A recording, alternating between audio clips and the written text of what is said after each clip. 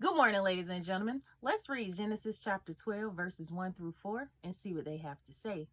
It says, Now the Lord had said unto Abram, Get thee out of thy country and from thy kindred and from thy father's house unto a land that I will show thee. And I will make of thee a great nation, and I will bless thee and make thy name great, and thou shalt be a blessing. And I will bless them that bless thee, and curse him that curses thee, and in thee shall all families of the earth be blessed. So Abram departed as the Lord had spoken unto him, and Lot went with him. And Abram was 75 years old when he departed out of Haran. Now Lot is Abram's nephew.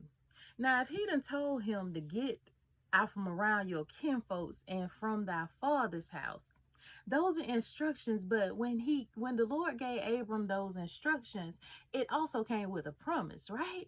So to us, Abram leaving because of what the Lord hadn't told him, he was being obedient.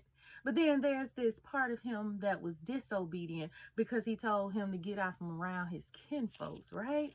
So we go over into chapter 13, and this is where Abram is telling his wife, hey, you're good looking.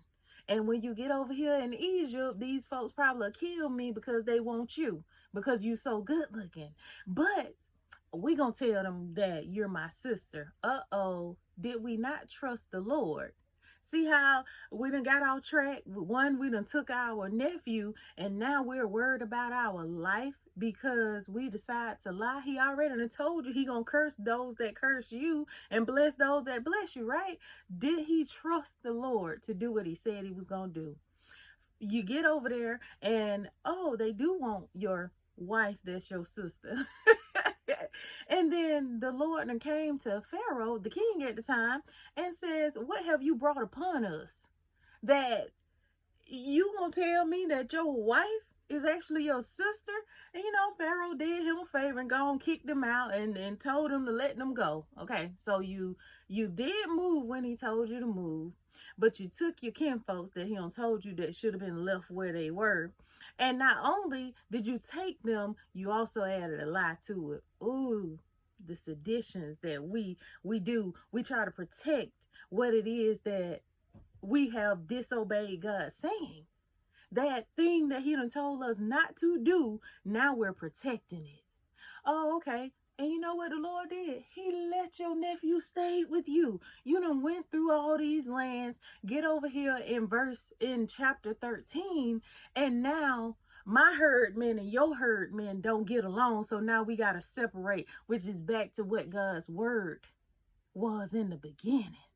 So what I'm saying to us is, what is it that God done told us from the beginning? And he told us what he was going to do for us, then gave us a promise, and all we had to do was trust and obey his word. Know that he was going to do what he said, but instead we did partial obedience, which is disobedience anyway. And then by us partially obeying, we tried to protect it. And in us trying to protect it, we lost it anyway because it still was out of order. It still was disobedience. And God ain't finna give you no mess. God did not say that this is going to be the blessing. He said you were going to be the father of all these nations. You. He told you to leave that other stuff alone.